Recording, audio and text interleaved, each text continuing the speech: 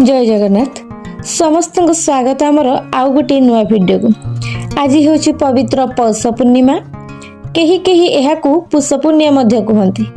यही दिन में विभिन्न मंदिर रे देवादेवी मान पौषाभिषेक बा पुष्पाभिषेक हुए। यही दिन में आम खोर्धा नयागढ़ अंचल में घरे घरे पोड़पिठा तैयारी हुए।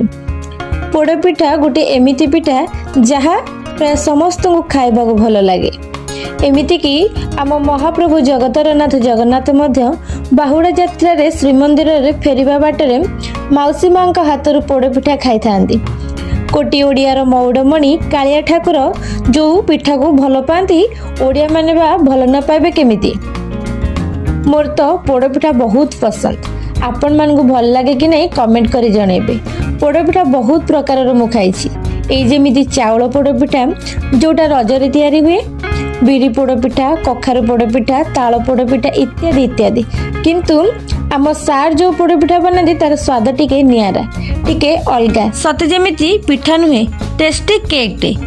तो आज आमे जिद्दी करबार सार आम पई बनेले तांको सीक्रेट पोड़पिठा। रेसिपी दबा को मना करथिले किंतु आमे बाध्य करी वीडियो बनैछु। तेनु आजिकार स्टोरी पोड़पिठा वीडियो तो देखिले केमिति लागिला जणेबे। हाँ, जदि के पोड़पिठा खाइबा को चाहुछ कमेंट कले आमे पहुंचेबा व्यवस्था करबो। आज बाय रहुछि, पुणी देखा हबो आउ गोटे नुआ वीडियो रे। आपनको प्रिय चैनल टिके दुष्ट टोटल भल रे। हाँ, सब्सक्राइब करबा को जमारो भूलिबेनी।